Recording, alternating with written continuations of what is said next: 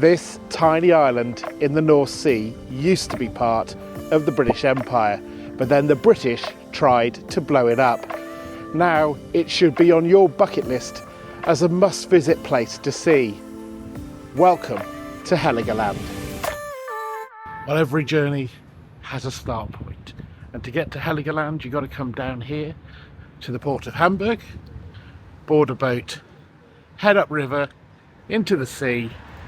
During the journey to Heligoland, I'll take you through its fascinating history.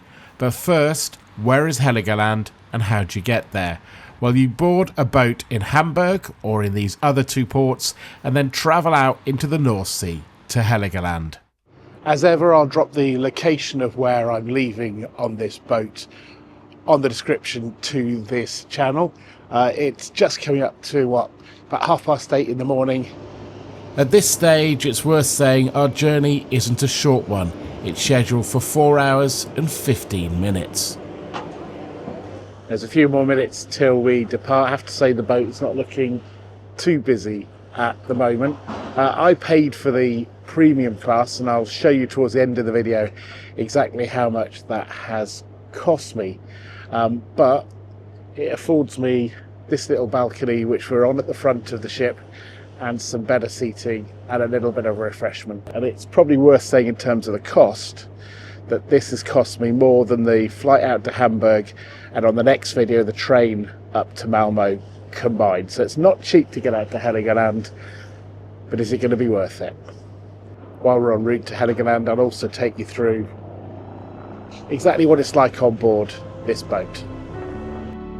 Originally Danish, Heligoland was passed to the British in 1807 during the Napoleonic Wars. Britain used it as a base for trade and smuggling against Napoleon, later turning it into a seaside resort. In 1890, Britain traded Heligoland to Germany for the East African island of Zanzibar. During both World Wars, it was heavily fortified and served as a major naval base in World War II. In 1947, the British attempted to destroy the fortifications in one of the largest non-nuclear explosions in history, known as Big Bang, altering the island's shape forever. It was returned to West Germany in 1952 and is now a tourist destination and duty-free zone. We'll see the impact of the explosion on the island and find out more of the amazing history of Heligoland later, but now let's bring things right up to date, as this site is part of the construction of Airbus aircraft. The journey out to the North Sea afforded me these fantastic views of the Elbe River. Let's take a look inside the boat. This was the main area where most people were seated. Like an aircraft, you buy a seat when you book your travel. I paid extra for this premium class. As part of it, you got views at the front of the boat, light refreshments and drinks as well, and a slightly better seat. Speaking of which, this was mine. There is another seated area at the bottom of the boat, but this one is laid out more like an aircraft with rows of seating facing forward. As we reach the mouth of the River Elbe, there are two further stop-off points. First of all, this one on the north bank at Brunsbüttel.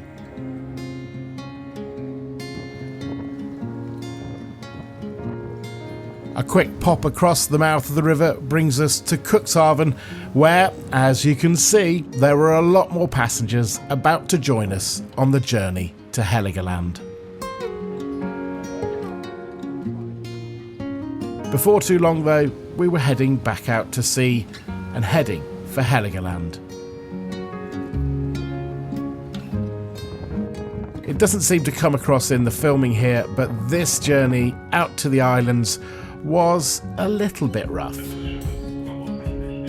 And finally, after what seemed like an age, I sighted Heligoland, and before too long, I was heading ashore.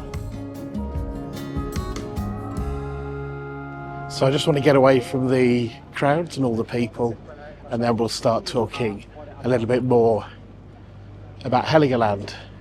We'll come back here to the built-up area a little bit later on in the video, but for the moment we're going to head to the other side of the island, which should be about half an hour walk.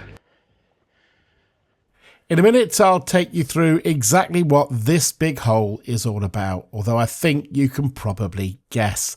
While I head, though, uphill to take a view back down over it, tickle the old subscribe button. I've got loads of great videos coming up on this channel, including a train journey from Germany to Sweden, and then a cruise down the Danube. I've reached one of the higher points on the island, and directly behind me is a huge hole. And that huge hole was created by 6,700 tonnes of explosives blown up by the British in 1947.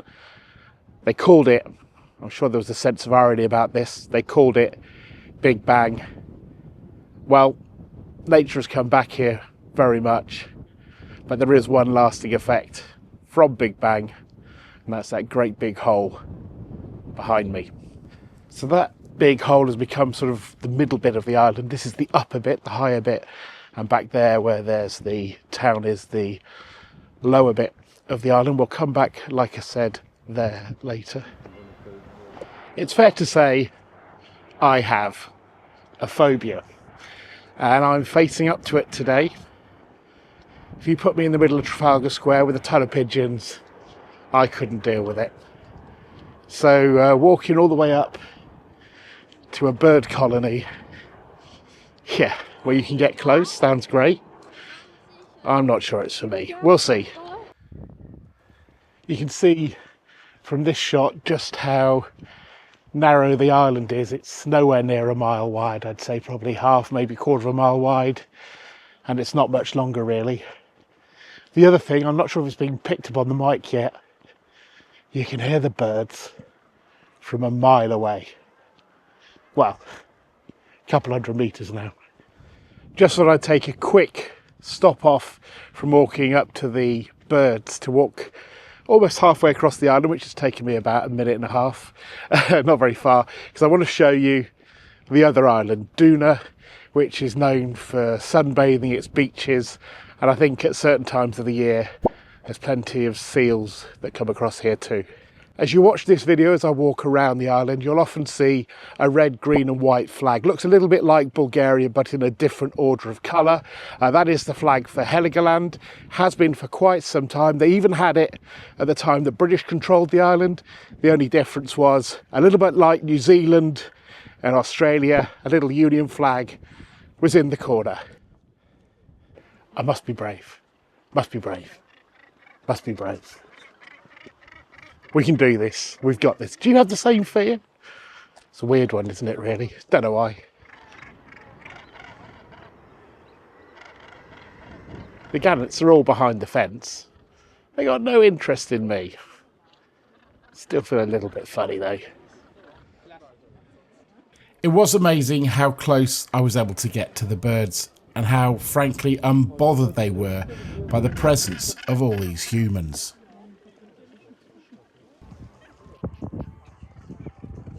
So, you know, I think all those gannets, what they're saying is, look at the humans, they're just looking at us, all we're doing is sitting around and they're taking our picture.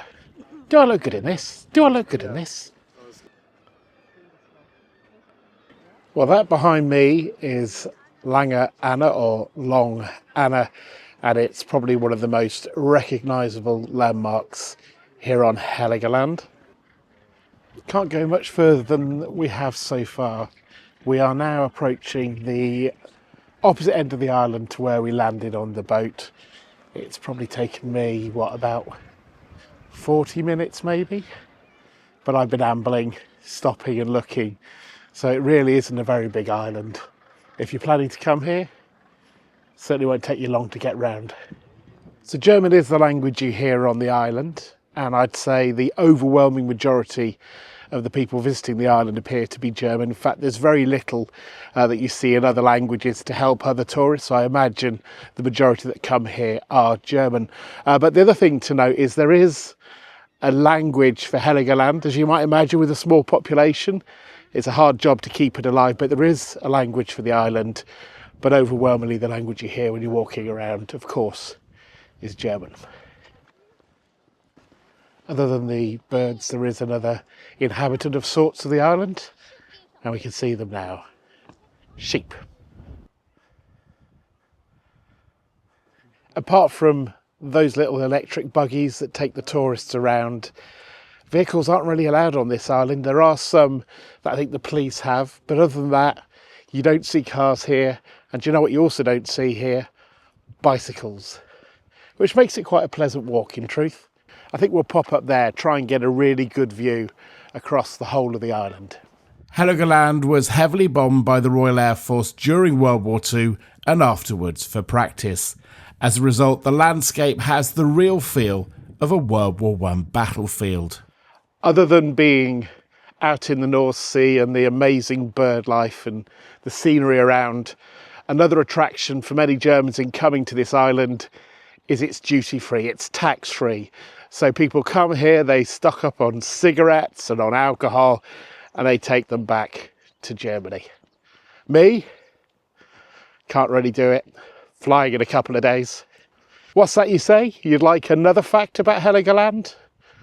Okay. The words to the German national anthem were written here when it was part of the British Empire.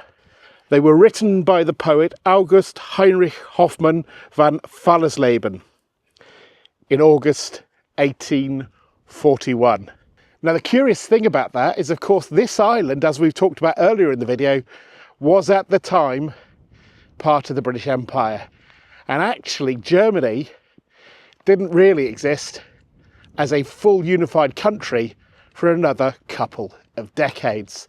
But nonetheless, when you hear the German national anthem, remember, the words came from a poet while he was spending some time here in Heligoland. I told you this island was interesting. As we head back towards the harbour, I have another fact for you. Heligoland has its own microclimate, which means that it's cooler in the summer and warmer in the winter than the mainland, and it also has some of its own flora and fauna as well. Right. Hi. As you can see ahead of me, quite new buildings, but once we get into the main part of the town ahead of us, you'll notice that a lot of the buildings feel very 1950s. Well, that's because the whole of the island, as we mentioned earlier on, was the subject to that huge explosion from the British, and the rebuild of a lot of the places on the island happened in the 1950s. That yellow building, that's the school for the island. There is also a hospital for the island, and right at the end of the video, I'll point that out to you as we sail away. The most recent survey that I could find had the population of Heligoland at 1,237. What goes up must go down. Time to head back down towards the ship. I think it's a boat, actually. If steps aren't your thing, then this lift can take you from the bottom part of the island to the top. As for shops and restaurants, well, there's plenty of those too on Heligoland. I've still one more thing to show you on the island, and we'll also have the sail away as well to bring, which I'm sure in this weather will be pretty spectacular. But I just wanted to give you my thoughts on coming to the island. First of all, the price. Coming all the way from Hamburg, it wasn't cheap. I guess if you come from Cuxhaven, it might be considerably cheaper. That would be worth checking. But certainly coming from Hamburg to here was not cheap. This is what it cost me. The only thing I should say, though, is that I went for the most expensive seats. As for the island, I've really enjoyed my time here. It will take you, if you're really walking quickly, no more than an hour to get around. But I've ambled around in this glorious weather and thoroughly enjoyed it. Would I recommend it to you? Hell yes. Definitely recommend coming here to Heligoland to see a little island that played a big part in history one way and another, and is now a glorious retreat. No cars from modern day life. Yes, of course that would come as soon as I said that. And in the distance you can see a van there. But my point holds, there's very little traffic on this island. But there is a beach near the built-up area. And if you want to stay here a little longer, there are hotels and apartments available too. Final place to show you is right in front of me now. It's the Hummerbuden, the lobster shacks that used to be used by the fishermen, but is now being converted for shops and restaurants.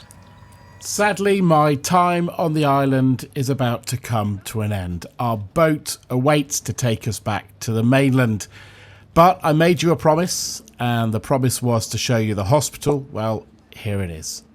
If you'd like to see another video from my time in Hamburg, a link to a miniature world that you can see in the city is on the screen now.